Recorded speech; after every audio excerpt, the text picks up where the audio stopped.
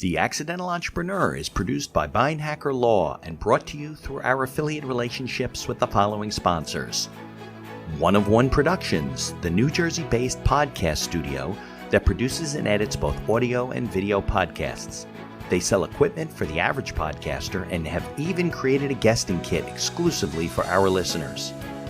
North Authentic, the conscious hair care marketplace offering the cleanest brands from around the world.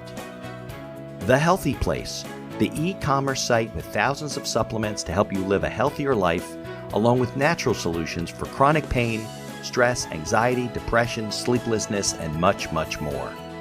And be sure to support the podcast by ordering some logo merchandise from our online store. Listen to all of our sponsors' commercials later in this episode and follow their links in the show notes to learn more about their products and services. It's right. That's absolutely correct. So, I was a paramedic for a period of time through school. I kind of had the mentality of, my dad worked tirelessly 7 days a week, worked all through vacations, always hustling. And, right. I kind of resented that as a kid. I'm like, I'm never going to do that. I'm never going to be chained behind a desk. Right. I'm going to go out and get out in the world. And, I made my way through sales, growing up in internet businesses. I've never been in an industry that's not an internet business. From right after high school, I use, a lot of the great thing about sales are a lot of them, they don't require a degree. Right. They don't require education. So I went in before I went to college in sales. And by the time I was halfway through my bachelor's degree, I had my own company. Right. No, learning sales early definitely is a skill that a lot of people should acquire. I mean, it took me 10 years, to finish my bachelor's and my grad school. And, it was because I was running businesses during the day multiple times. But that's okay. That's where you get your street experience. The information provided in these episodes is for entertainment purposes only. It is not a guarantee of success or to be construed as advice of any kind. You should always seek advice from local licensed professionals before making any decisions. The dictionary defines an entrepreneur as a person who organizes and manages any enterprise, especially a business, usually with considerable initiative and risk. People often start a business without much choice, perhaps due to a job loss or just being dissatisfied at work, and they come up with an idea they just know can be successful. They become entrepreneurs by accident. That is to say, their success or failure happens by accident, not with intention. My name is Mitch Beinhacker. I'm a corporate attorney and a business advisor. You're listening to The Accidental Entrepreneur, my podcast about how to achieve success on purpose, not by accident. Join me along with our monthly guests where we share our knowledge and help you get a hold of your business. And now on to today's episode. Hi, my name is Oliver Feakins. I'm the CEO of TrackFive, which is a digital media company that creates job boards and technologies around the recruiting space. I also own a digital marketing agency called Trusted Search Marketing. It's my third or fourth company. I've been an entrepreneur since I was 19 years old, and I'm here to talk about entrepreneurialism. All right. So, Oliver, thanks for coming on the show. I can't for the life of me remember how we connected, but it was probably through either a talent agency or one of these websites that I'm registered on. I'm sure like you. Yeah. But I'm always fascinated with people that started young and have built businesses, and, you do a lot with SEO and internet marketing, which I think is, huge these days that a lot of small business owners still don't get.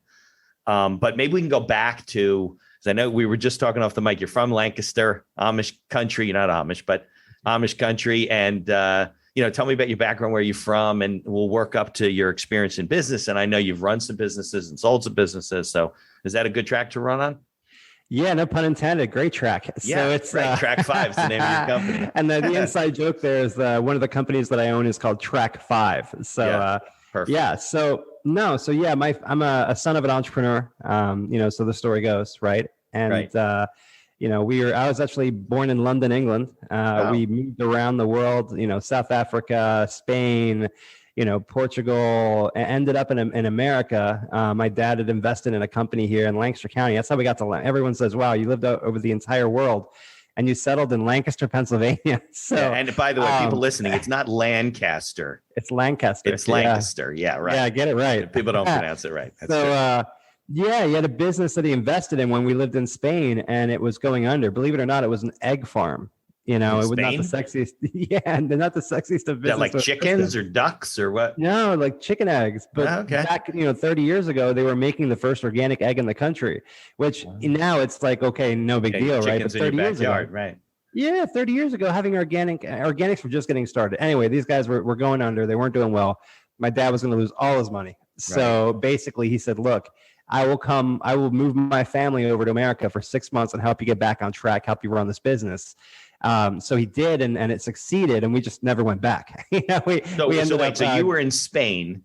Mm-hmm, the egg farm was in Pennsylvania. Lancaster, Pennsylvania. What was he doing for the egg farm from Spain?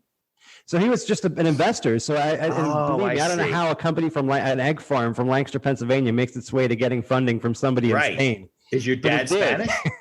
What was that? Your dad Spanish or English or? No, we're all English. English. But my dad had created businesses. I can tell from your accent, Yeah, it's lost now. It's all gone. Right. Well, you were young, so. Yeah, right. Yeah.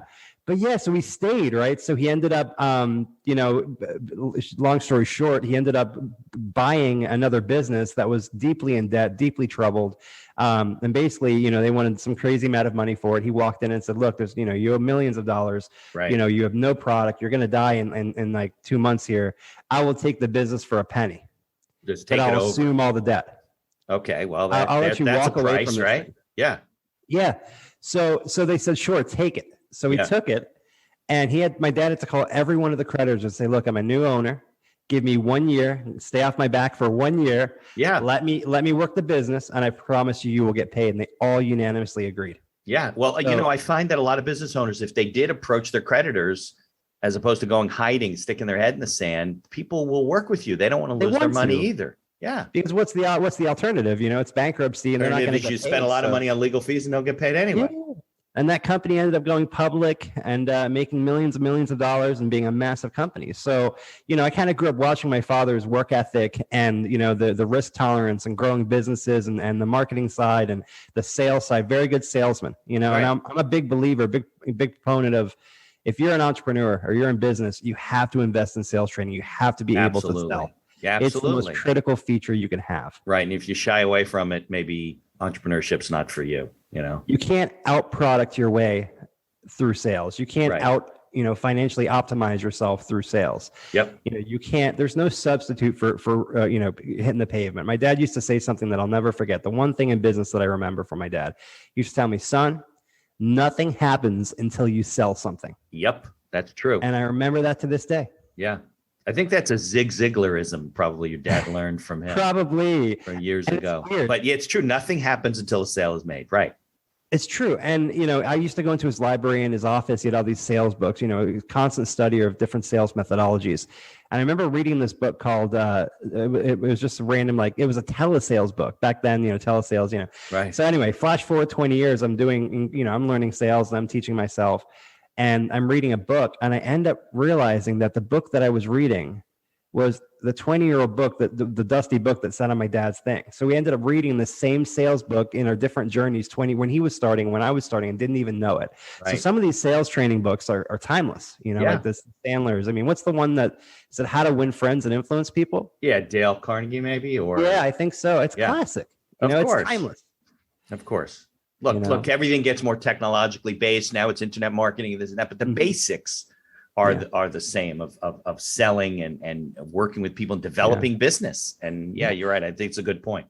And selling, I mean, it's synonymous with persuasion, right? Or leading or selling, and it's not just selling your product, right? It's selling vision, and what is vision? Well, you use vision to bring on customers. You use vision to bring on financing or funding. You use vision to cultivate a team to follow you, right? So leadership. I mean, everything involves sales, and marketing is persuasive in nature. So if you can't sell, you end up doing really poor marketing. It's true, right? People and a lot of it's emotional. People get an attachment to you. Or look, when you and I both know, if you're raising money for a business, they're generally investing in you. You don't have a product yet. You don't have really much of a track record. They don't have confidence in you, and you're not persuasive. They're not going to put money in your business. It's right. That's absolutely correct. So, I was a paramedic for a period of time through school. I kind of had the the mentality of, my dad worked tirelessly 7 days a week, worked all through vacations, always hustling. And, Right. I kind of resented that as a kid. I'm like, I'm never going to do that. I'm never going to be chained behind a desk. Right. I'm going to go out and get out in the world. And, I made my way through sales, growing up in internet businesses. I've never been in an industry that's not an internet business. From right after high school, I use, a lot of the great thing about sales are a lot of them, they don't require a degree. Right. They don't require education. So I went in before I went to college in sales. And by the time I was halfway through my bachelor's degree, I had my own company. Right. No, learning sales early definitely is a skill that a lot of people should acquire. I mean, it took me 10 years, to finish my bachelor's and my grad school. And, it was because I was running businesses during the day. But that's okay. So. That's where you get your street experience. And, you're a little bit younger than me. So I graduated college in 89, law school in 92. So the internet was like just a thing in 1992. It was bigger in Europe. I went to some conference in the Middle East or something, kids from all over, and they were talking about this thing called the internet. I'm like, there's no such thing. They're like, what are you talking about? I said, listen, I live in America. We hear about everything first. That's the way it works in America. And then I get back and all these AOL discs are on everybody's porch and, the whole thing. So. Yeah, I remember AOL. My mother still uses AOL. That's embarrassing. Well, I mean, AOL Time Warner is a conglomerate. They still have their service, right? You still can. Yeah, they still use it. Probably doesn't do much like it used to be. It used to be a I think my mom's their only customer. Can you still get a disc for like 2,000 hours for free? I don't think so. Right? You're right. Can? Can you? Yeah, absolutely. Yeah, no, that's funny. I said, Mom, we get, so she uses like Comcast internet to log on to AOL. So I was like, that's you don't need the AOL thing anymore. Right. You don't need that. She wants the email address. There's still dial-up and DSL, like in the Midwest. They don't have the kind of infrastructure that we do. And so I met a guy who's in that business. Like he sells DSL services and dial-up service. I said, can you even buy a modem? Like you got to get them online, I guess. I said, no, here, everybody's just connected. He says, no, in the Midwest, it's not like that. Wow. That's why a lot of these legislative things are, there to try and build the infrastructure. Yeah, it's crazy to think of certain places that don't have that, right? Like, it seems so like it shouldn't even be in America. Could you imagine on today's internet how a dial-up service must work? How slow it was slow when we didn't have much going on the internet. Yeah, it must be like take a whole day to load a page. Just one line at a time. Yeah, right. You can't do streaming that way. 30 seconds, take an hour. Yeah, no, you can't do that kind of stuff. So. Yeah, so I think though a lot of your points about sales and knowing sales and marketing and knowing the difference between sales and marketing are so important. If anybody's looking to develop skills, whether they're in college or they're out working, definitely go and try some sort of a sales job where you can be on the street, get some doors slammed in your face, learn how to be persuasive and do it at a point where you don't have a lot to lose. Right? You have a lot of pressure. And Mitch, that's a good point because. I don't know too many other professions where you hear no so many times, right? Oh, yeah. And that resilience to that no, that the ability to pick yourself up off the ground and to be able to move forward, I feel is one of the cornerstone, traits of a good entrepreneur, right? How many times have people told me my ideas weren't good, or you're not going to be able to do this, or your company's too small, or these guys are way bigger than you, you're never going to be able to compete, these kind of things, right? Having a sales background or having the ability to overcome those type of objections or even just feelings, right? Like, oh, I'm not good enough, or you're right, I am too small. Like being able to kind of reposition yourself and get up off the floor and get going. I mean, that's essential. I feel like a lot of entrepreneurs give up way too early, Much too early. And then, but conversely, there's some entrepreneurs who keep on way too long, right? Well, I mean, that comes with experience, right? We fail our way to success, but I think, with the earlier you face those adversity and objections and learn to overcome that, after a while, objections just are flags in the road. Oh, I'm this closer to a sale, or here's something else I got to deal with, and to make your business better. But you're right. I mean, experience does come with knowing when to fold your tent and move on to the next business, and sometimes that's difficult for a lot of people. Yeah. I mean, even in the product life cycle, right? You have a maturity of products, and you have a retiring of products, right? So, there's always, so it's always there. So To the original question, I was working for a company, an internet company, and I was in sales, but I really wanted to get into marketing. This is when I was like 19 years old. I really enjoyed marketing. I enjoyed both, but what did the company do? It sold internet services? No. So basically, we were a startup. We were a funded startup with about $2 million worth of seed. And what we were trying to do, I don't know if you remember a social networking site called Ning. Ning? No, I don't. Yeah, so it was right there with MySpace and Facebook, right? And when Facebook was just getting started. And essentially what Ning's concept was that instead of having one social network, they would make the social network software, if you will, or architecture, and they would deploy wide. So they would basically have a social network for everything from hobbyist groups. Like if you wanted to have a law social network, you could just go in. It's kind of like creating a meetup page or something like that. You could go in. You can create your own network within your own network, and you could administrate it. And then they would have the ability to run their ads all the way through their entire network, which could consist of hundreds of thousands of micro social networking sites. So we were in a competitor to them. We were competing to try to do the same thing. It's a company called LinkUp. And we were funded to try and do that. So we were creating professionalist social networks, hobbyist social networks, and really growing those. But I was really fascinated by the internet marketing side. So even though that wasn't my profession, I was kind of, sitting in the marketing team, kind of like during lunch and learning. I was reading avidly. And then, I wanted to kind of practice what I did. So I started blogging about, for example, sales. Actually, I had a sales blog for a while, and I would practice all my SEO on there. I'd read everything. I would study all day, all night, YouTube videos, books, everything I could possibly get my hands on. And I would learn, and I would just try it on this site. And then I found out what worked. And that was because nobody was going to hire me. I would try to get an SEO role or early digital marketing role.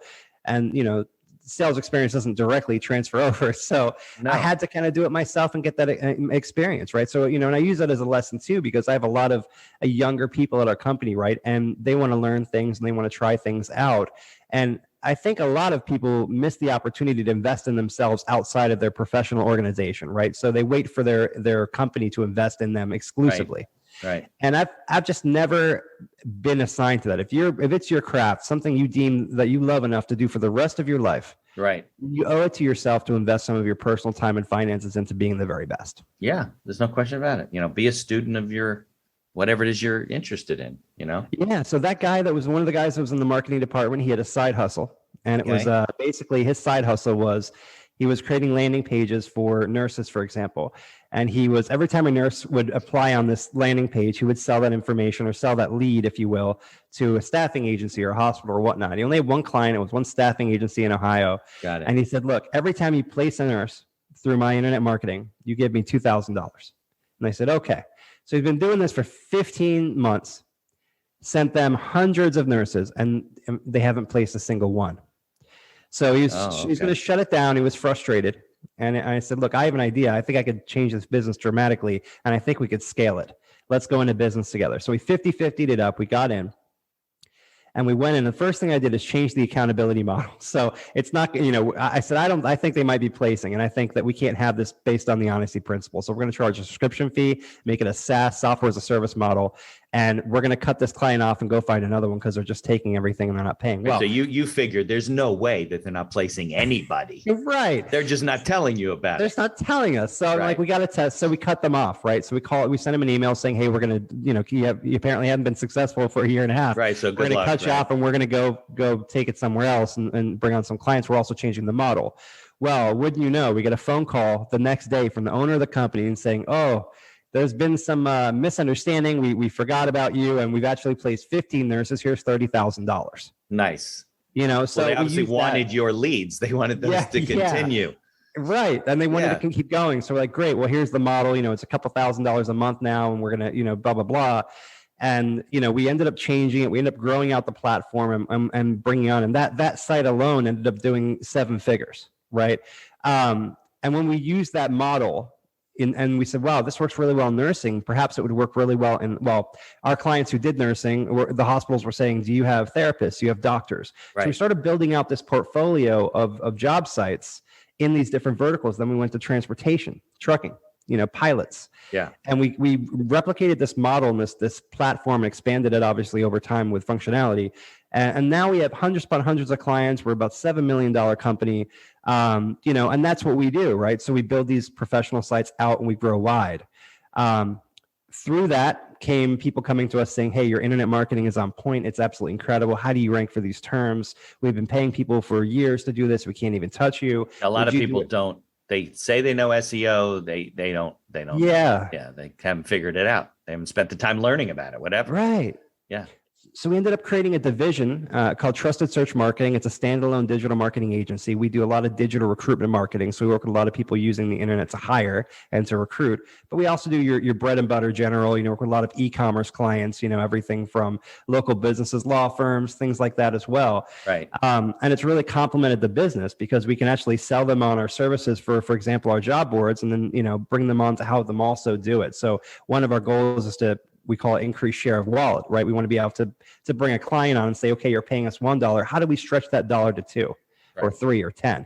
So we can do that through adding products and upsells through our current platforms. But the agency has really helped us double, at a scale, that share of wallet in a way we couldn't have before. And it gives that client kind of that best of both worlds. Yes, I'm going to pay for the services that you guys are really good at, but also you're doing it for me and helping me build my internal processes as well.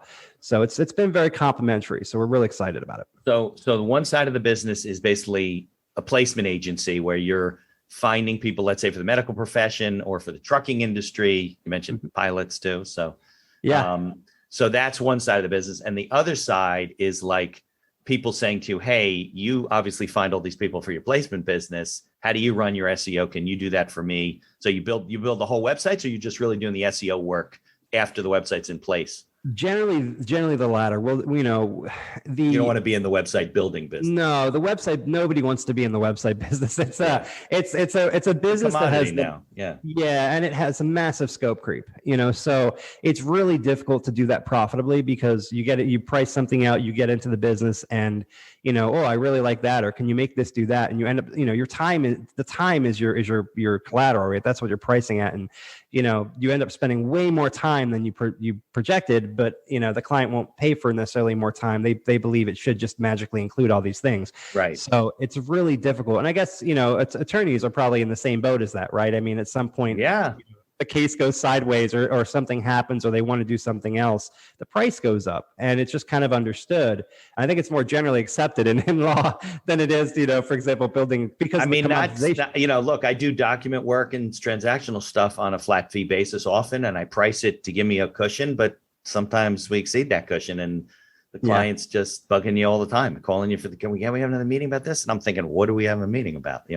But it's another hour of my time or whatever. So but I understand. I understand. It's hard, but it's good because you're paying attention to the profitability side of your business and knowing your numbers and knowing where you make money. You can't be everything to everybody just because you think it's cool or whatever. If you're not making any money, what's the point? Right. And sometimes it's a complementary, asset, right? So, sometimes we can't take on a client unless they redo their website. I spoke to a client yesterday who was having an e-commerce site issue, and she was using a GoDaddy e-commerce product, which we're not a big fan of. We couldn't work with her unless she replatforms the site onto at least something like Shopify or Evolution or something like that, or Magento, because we wouldn't be able to be successful with what we're doing. So she would pay us a lot of money, and at the end of the agreement, she would be disappointed. Right. So you partner with other developers. So you would send her, listen, here's the people that we work with, let them develop your site. We'll work with them in the SEO. Do you do it that way?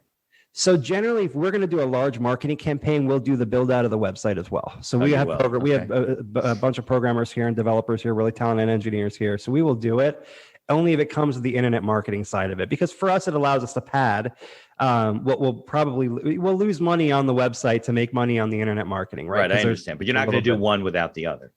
Right, but we won't just do a website by itself because it's generally just not very profitable work, and it's very subjective. Like I can show you, rankings, and I can show you conversions, and I can show you social engagement, and those are numerics that are hard to argue with. But when we talk about a website development, we're talking about subjective things, colors, images, how it looks and feels. Right. And everyone's got an opinion, so it just snowballs into this massive. You get into all the branding side of it and everything like that. Right. Yeah. So But no, so we primarily, and one thing I've learned too, this is interesting. So this is my second digital marketing agency. I had another big 7-figure agency that I started about 5-6 years ago. Okay. Number of accolades. It still exists. Very, very successful agency. One of the 1% Google partners, all that kind of stuff. And we did everything for, kind of like you mentioned before, everything to everybody, right? Right. And what I found out is that it really broke our processes. And I was so inclined to want to do everything for everybody because I wanted to be that business that would be, hey, whatever you need, we'll do it. You want us to cook you breakfast? Right. We'll do it. Come in, don't leave. Right. And we'll bill you for it. You know what I mean? Like whatever. But it was really hard to processize that. It was really hard to kind of, train on that and to scale that out.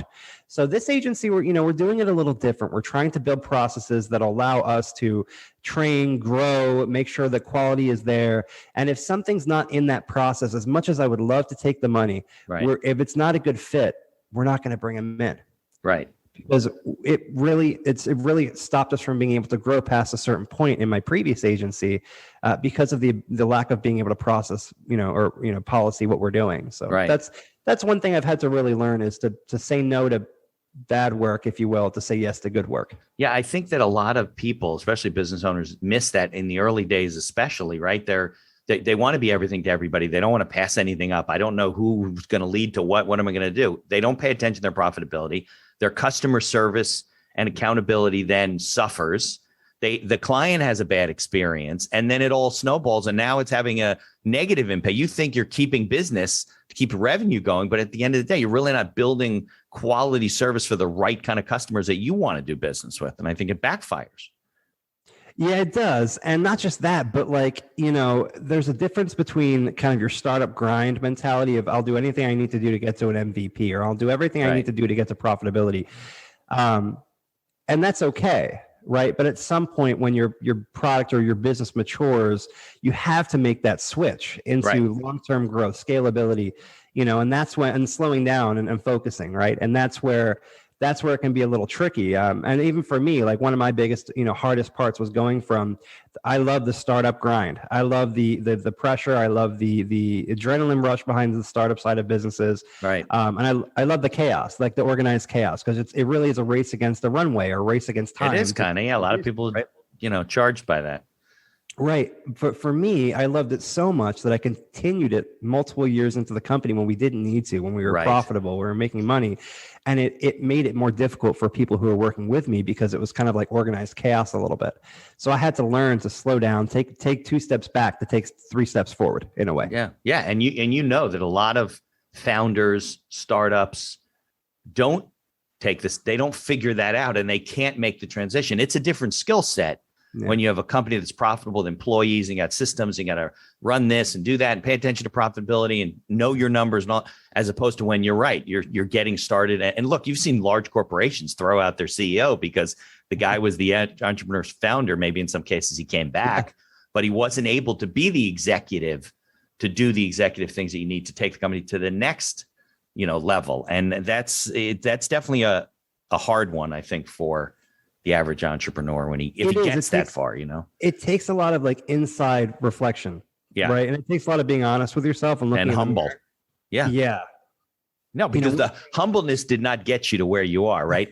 If you got to have a lot of balls, you got to have a lot of perseverance. You got to have a hard shell, right? You got to be willing to take no.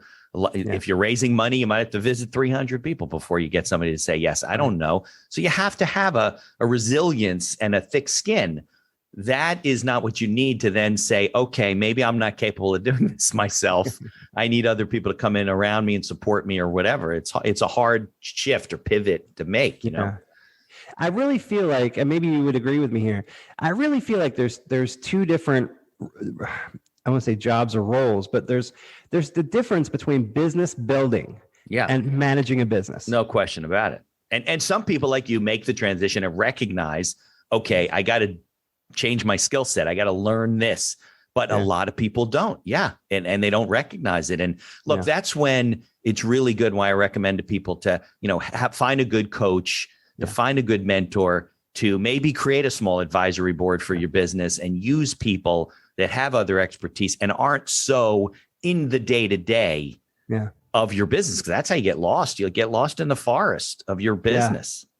I put off a coach for about 10 years. And for me, it was an internal like sign of weakness. Like, oh, man, I don't know. See, there you go. Right. And you probably should have done it 5 years before, 10 years before that. Right. Yeah.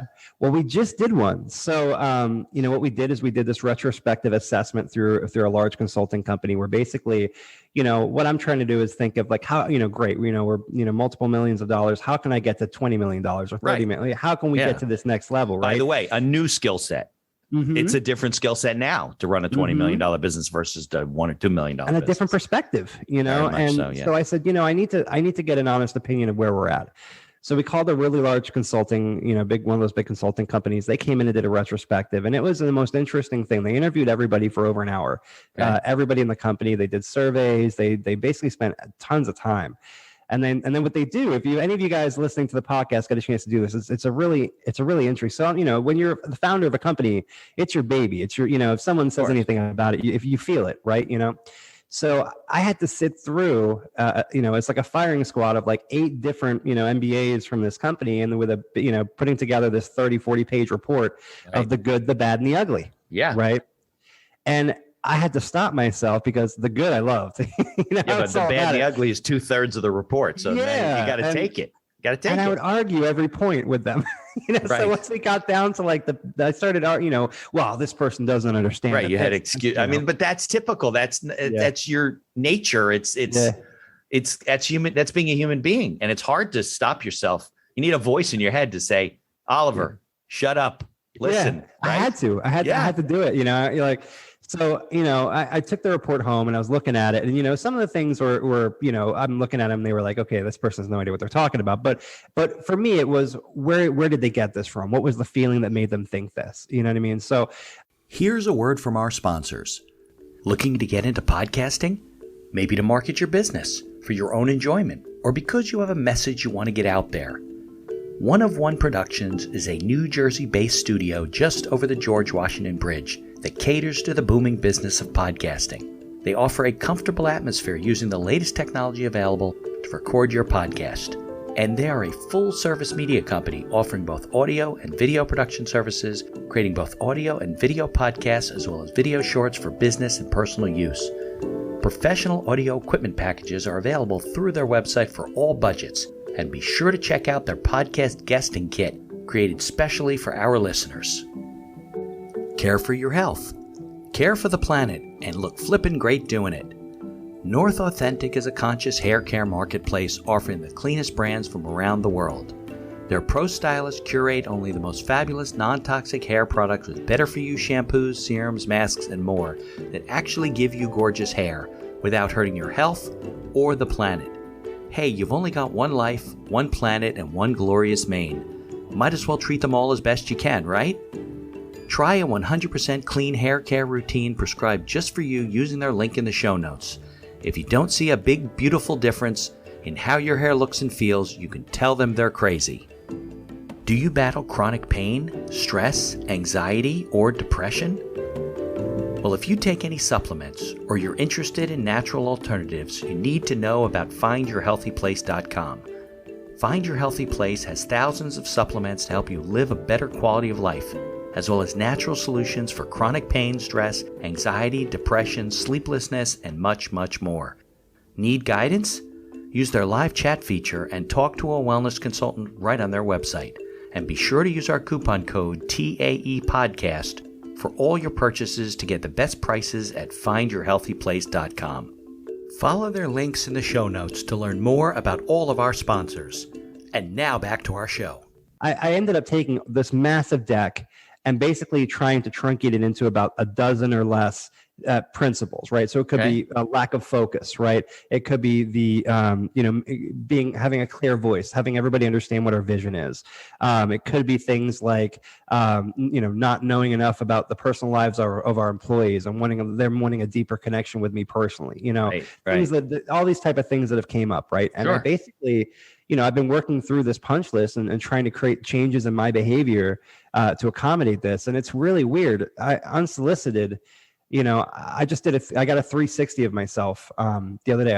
We do 360s and I take one from everyone in the company. I want one.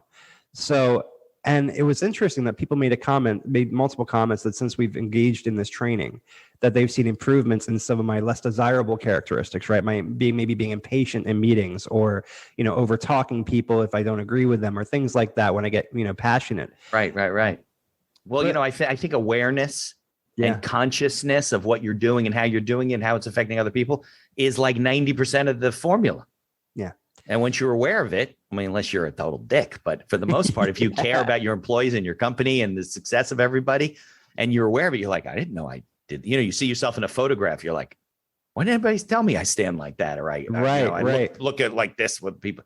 And awareness is really important. And it's interesting because I've gotten 360 reviews since I started the company. I've always been open door, guys, give me feedback, and nobody would give me feedback, right? Even if it was anonymous. They're afraid what your response is going to be. Yeah. So once I did this big retrospective and it was kind of all on the table, it opened the floodgates for people to be honest, right? Not just with me, but with each other, right? Because they felt safe doing it, right? Yeah. It's now part of our culture where we can, address issues with other people respectfully and work towards a solution instead of letting them fester and not changing. So it's been really remarkable. So to your point, a good coach, I think, and I wouldn't look at it as you need a coach because you're weak or underperforming or anything like that. I think that's the initial. Best people have coaches. Yeah. The highest performers have coaches and advisors and people that they turn to, because you can't do it. Michael Jordan didn't win the NBA championship 6 times on his own. Yeah. He had a lot to do with it, but he also had a lot, he has his own coach, right. And I would say, think of it more as an accountability partner, right? Yeah. So, and someone to bounce the ideas off of. I find it hard to bounce ideas off of staff here because they're a little bit biased, right? They work here. They're in the forest with you, right? They're not going to sit there and tell you over to your face that it's a bad idea, but a coach will, right? So Absolutely. I think you mentioned the word culture before. I think that's the piece that becomes more of an issue and more of an important element as you grow your company, right? Because then the culture in which your employees live and work in, do they buy into your vision, and do they understand what you want to do? Do they agree with it? And all that kind of stuff becomes so much more important as you grow the company and you have a larger employee base and everybody's, different jobs they get separated and stuff like that. And I think a lot of people miss that. Yeah, it's just interesting. Culture is something that it's been near and dear to our heart. And everybody says that, right? Every entrepreneur is like, oh yeah, we have great culture. Right. We make it a priority. We put money, we budget culture. We have money that goes towards it. We have people that are in charge of it. We have a dedicated effort from everyone, because we made a comment to everybody. Look, we want this to be organic. It's going to be a culture of your choosing. But if none of you participate in the culture and none of you work the culture is going to be what it's going to be, right? If you guys are all dicks to each other, that's going to be the culture. Yeah. I mean, but if you guys care about each other and you guys are respectful and we have the culture where we're a team together, if all of you put in some effort with us and we'll help by doing things on our end to provide opportunities for that, then we can really have a winning culture. And, our culture is second to none. It really is awesome. People come here and they're amazed. It's just, we have this kind of thing. We still have that startup mentality. We still feel, even though we're like 30 people, we still kind of act like we're 8 or 4, where we're all helping each other get things done. And I hope we never lose it. It's a real asset. I think that's a testament to, the fact that you recognize that and you cherish it and you think it's important, and not just important. Like, I think we have a great culture. You don't take it that way. You want to make sure you do. And it's important, because I know some people that do some recruiting and they work on the branding of the culture, because it does attract. So if you have the right culture, it does attract the right people to not only join your organization, but stay with your organization. A lot of companies definitely miss that. Yeah. And now it's more important than ever. It's way more important. It's much more important than it ever was. I know. Post COVID, everyone's recruiting from everywhere now, right? Yep. So, we lost a couple of people during COVID who, got to go working from home anyway, right? So now, San Fran, Silicon Valley startups are calling on their door and saying, hey, we'll pay you San Fran money instead of Lancaster, Pennsylvania money. Yeah, you can be living in Oregon and they can hire you from North Carolina. Yeah, more you competitive. Could be, you could be in rural Kentucky and get paid like a Silicon Valley, engineer, right? Yeah, and So and for us, that's not sustainable for any company to match that, right? I mean, you have to be in those markets and those type of businesses to be able to do that. You have to pay your market value. Right. And the market value, geography just completely left that market value now, right? So what do we have left? Culture. Yeah. So it became important. Yeah. And people are definitely reevaluating things with what they've been through, and they've seen their friends go through and relatives lost and things like that. And they're reevaluating what's important. You know, they might not take the highest pay if they like what they do and they feel good about going to work and the work cares about them. And look, there's a lot of people in large law firms that I know that packed it in and said, listen, I've been doing this for 30 years. I have a client, I know there's no non-competes in law, so you can take your clients with you. I don't need to do what the hell do I need to do this for? Working 60, 70 hours a week, commuting, not seeing my family. Right. It's not worth it to me. And they pack it in. They're starting their own practices, smaller practices outside the cities. It's a big shift in a lot of industries. Well, it's interesting that you say that, Mitch, because I feel like there's a lot of micro entrepreneurs starting in the last couple of years, like tons. Think of, and I say micro entrepreneurs, but think of like freelancers, for example, in the marketing consultants, side, right? It's the exact same thing. How many people have been doing, web, programmers or designers or even, social media. They're all freelancers now. Yeah. They're all going freelance because they realize that I only need to make, I'm making whatever, $60,000 at this job. I could do that with a few clients. Right. And I'll just go get a few clients. I'll take them. Same thing. I'll take them with me, even if they have non-competes. And, they'll go to work. But and you don't have to be where the company is. You can be working for 3 companies around the world. A lot of these guys do. And the world has definitely shifted. It's gone from side hustle to your primary, occupation. And we're seeing a lot of that shift now very fast. Very fast. And merge that with the kind of the talent shortage or the worker shortage, if you will. It's really created a recipe for disaster for, I think, any business trying to hire or grow in this climate. It's been very difficult. So, so culture, super important. Absolutely. Well, I think in certain industries like technology, the shift of the population, people moving around, doesn't affect you as much as like the local diner that needs people to come in and wash dishes. And these people left because New Jersey was so expensive to live in. Yeah. They're like, I'm not making any money. I got to leave. And now they've left and they're not coming back. And they're all, and that we're short on a lot of labor. Yeah. I have 2 sisters that live in Midtown. Right. And I always think about that. How do these people, that are, working in the back of restaurants, for whatever, $12, $15 an hour, whatever, how do they survive? Because, they must have one hell of a commute into the city or, they must live in, poor neighborhoods. It's so expensive.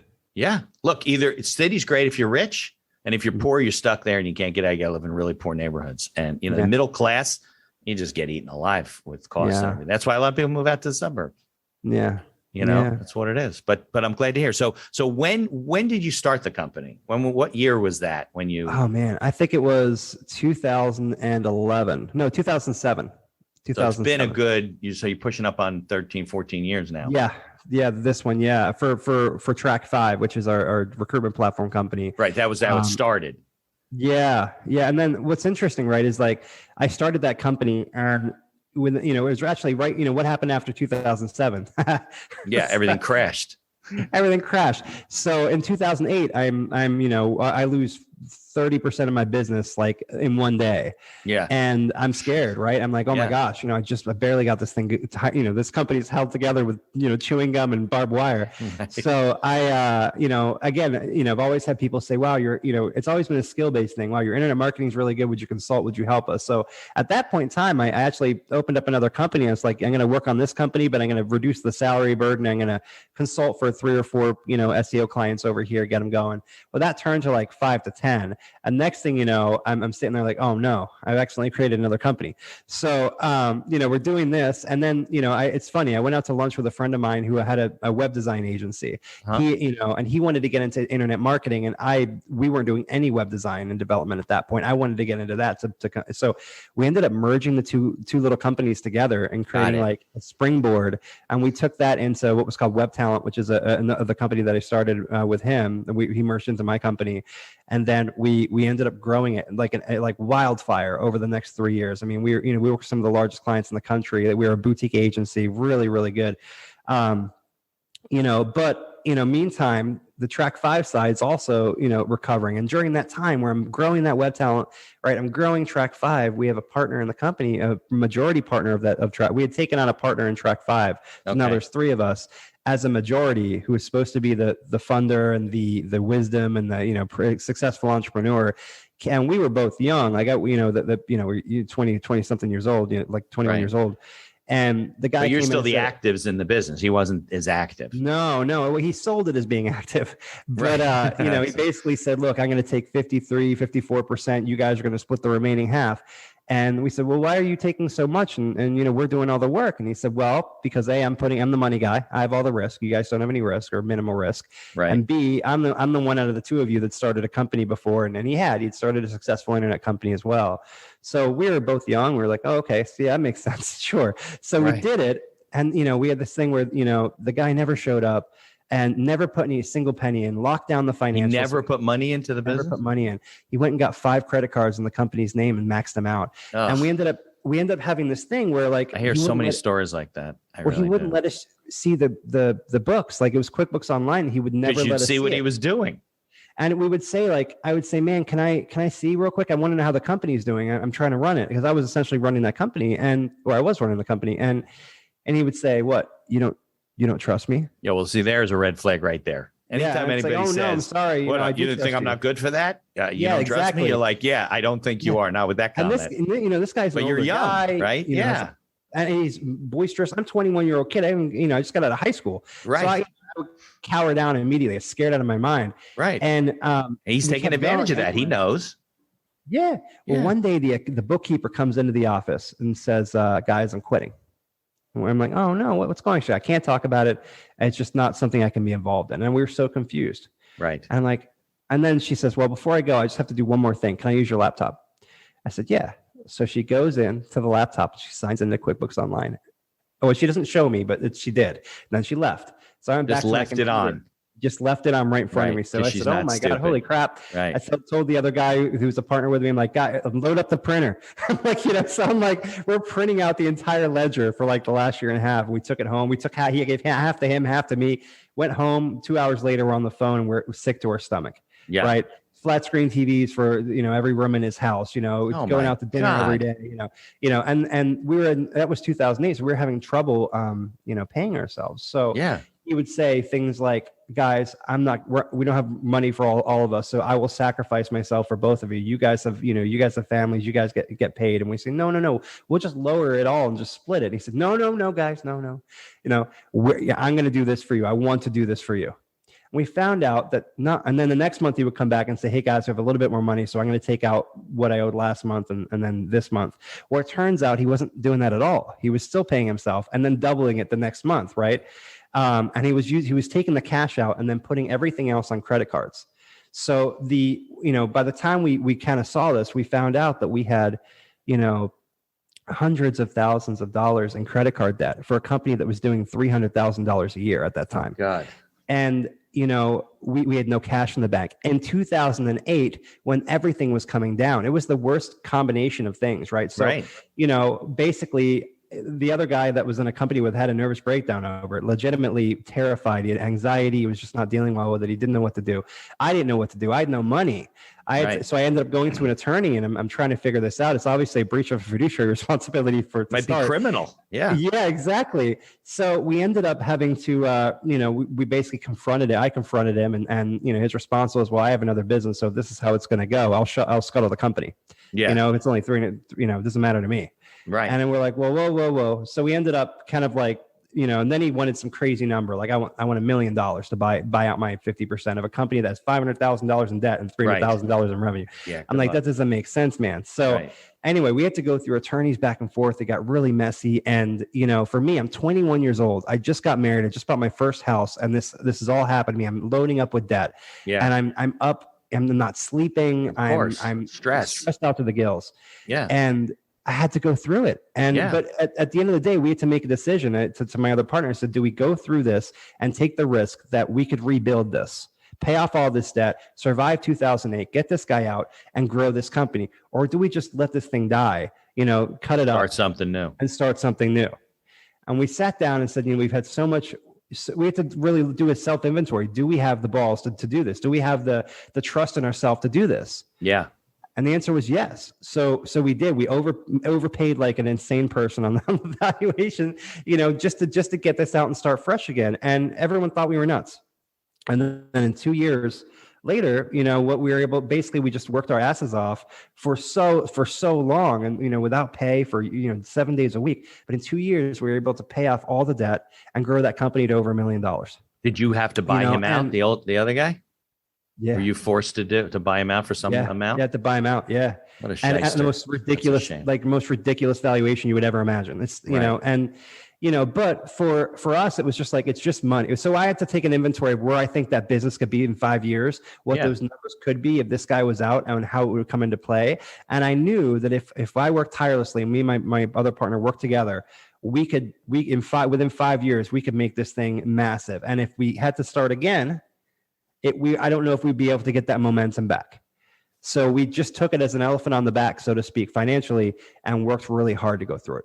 Yeah. Yeah. I mean, look, it's one of the things in business when you're young, you trust people, and there's predators out there that come and take it. I can't tell you how many stories I've heard like that with guests on the podcast and other people that I've met, where they met somebody who was older, who seemingly had a lot of advice for them and took them under their wing, said they were putting money in the business, never did, and just raped and pillaged their business. And the same thing. They're like, well, if you want to feel that way, I'll just blow up the business. I've done it before.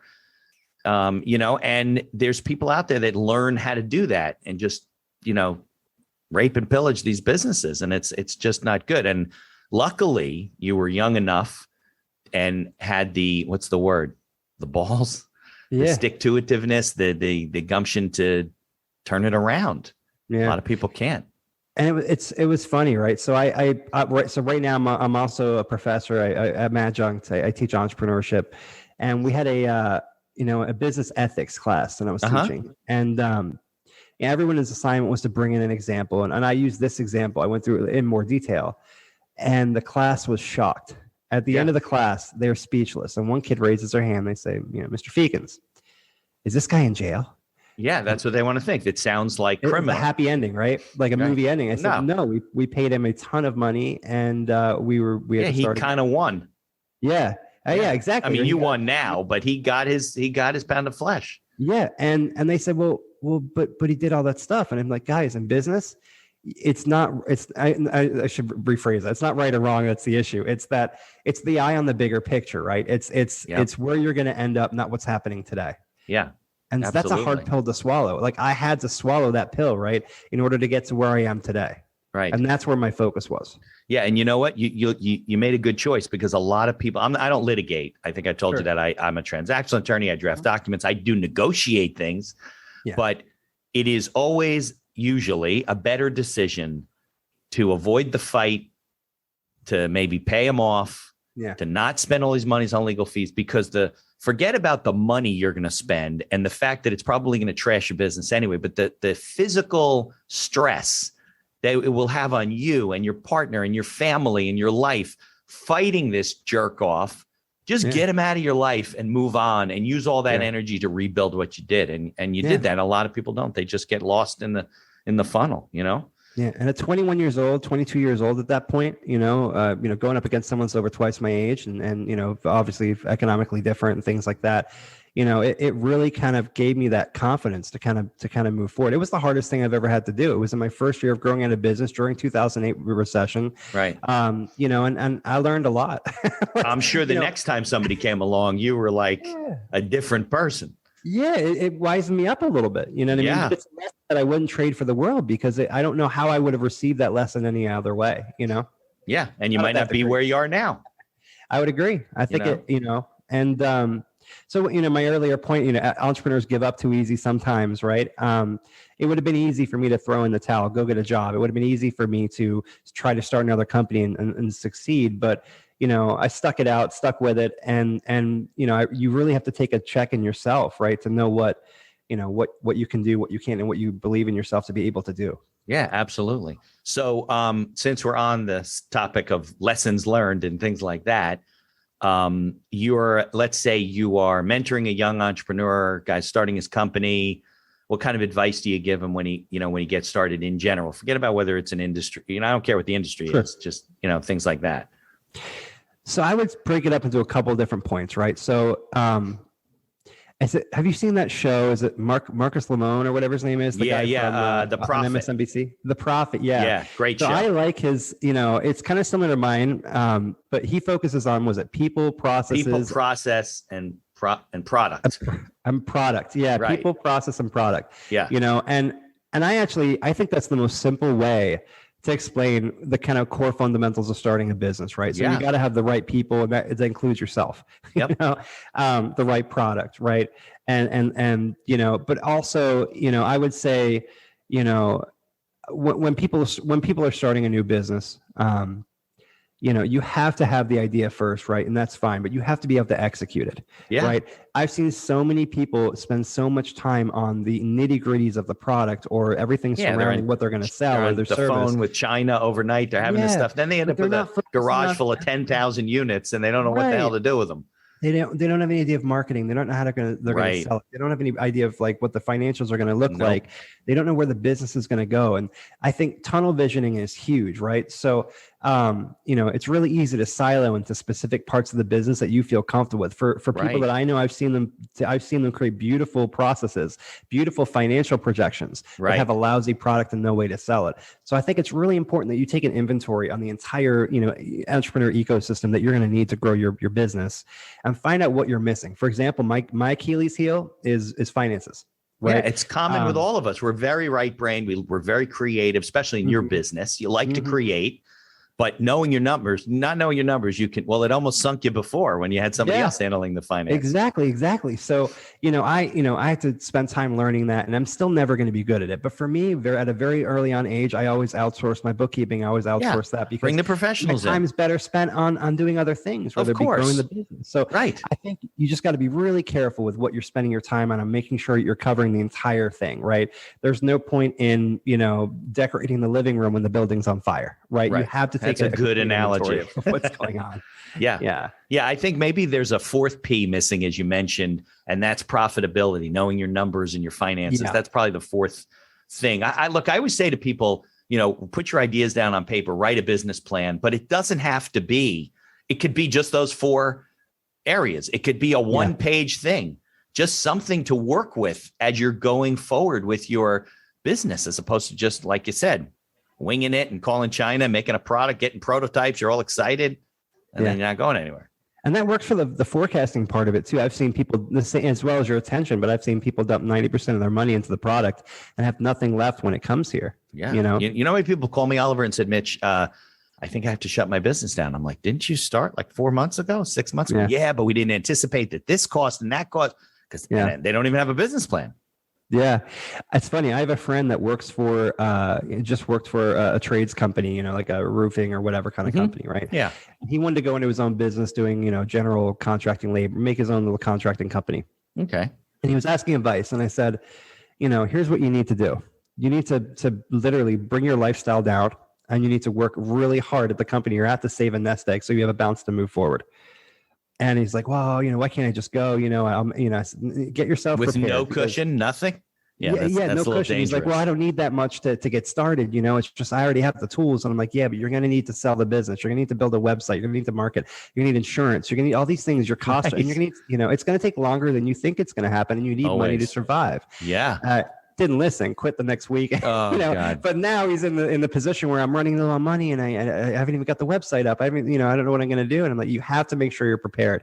When I first launched TrackFive, right before I fully launched it, what I was doing is I negotiated with my current employer. Said, hey, I want to augment my schedule. I want to work 7 to 3. And what I would do is I'd work 7 to 3, rush home by like 3:15, 3:30, and I would sell. Because at this point, I would work overnight with India building the first prototype of my business. I outsourced it overseas, which means I could do it. So I was working till 1 a.m. building this website with the Indians or whatnot, right? Right. So once it was done and I had to go get clients, I would come home at 3:30 and I would call, East Coast. And then once they hit 5 o'clock, I'd move over to Central, then Mountain Time Zone, then Pacific. I'd be calling till 9 o'clock at night, selling this thing every night. And then back in the office at 7:30, selling for the company I worked for. And I was doing that for about 6 months before I was able to move on. Right. And so I was doing it ethically. I was when I was 7 to 3, I was working. You focus on the business that's paying you to do essentially work. Working 2 full-time jobs. But, I was able to get the company to an MVP and where it had profitability and money in the bank before I made that jump. If I wouldn't have been able to do that, I personally wouldn't have been able to probably survive enough financially to get it where it is today or even to continue it. So you got to have kind of a smart way of doing this. And it takes patience and a lot of strategic planning. It does, definitely. I think the most successful entrepreneurs that I know and that I've met, well, first of all, they're very driven. You got to be tireless, but they're also planners. Not to the point where they paralyze themselves. Yeah. But they're just strategic about what they do. They think it out, they write it out, they think about it, and then they do it. Yeah. You know what I mean? Like, people that can plan and write and they're waiting and this got to be perfect. Yeah. You can't wait for all the lights to turn to green before you head towards town. This is not going to work. It never works out like that. And it's funny. Like I've had, and you'll never be completely right anyway. So. Right. I had a meeting with like many different levels of my management team. Right. So me being the CEO to my vice presidents, to my directors, to my managers and, whatnot. Right. Yeah. We're sitting in a meeting and I made the observation that we're all talking about different timelines. We're all our focuses are on different things. And I wanted to call it out to them. I said, guys, you guys have to understand that we're all talking about different timelines because that's our focus, right? My focus is 1 to 3 years ahead. My VP's focuses are what's happening in the next 12 months. Right. My director's focuses are what's happening in the next 3 to 6 months or 2 months. And my managers are focused on what's getting done today, right. And I'm like, we need to understand that we need to focus on today, but we also need to focus on tomorrow and next year. So we're going to have these broader conversations. And it was just really interesting because the managers couldn't understand why we weren't talking about today.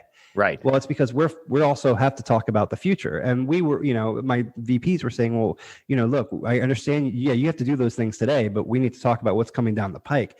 And to your point, right, it's really interesting how different phases of the business are focused on different things. Yeah. And you got to recognize it. Look, the managers aren't going to have another today if tomorrow doesn't come. Right.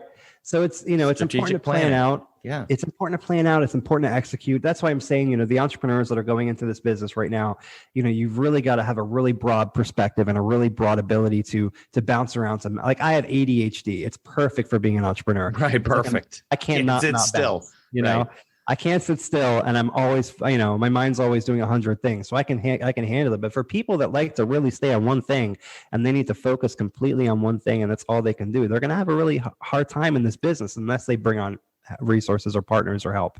Yeah, well, that's when the people is not just you. You have to recognize what your shortcomings are, what your strengths are, weaknesses, and find people that can support you.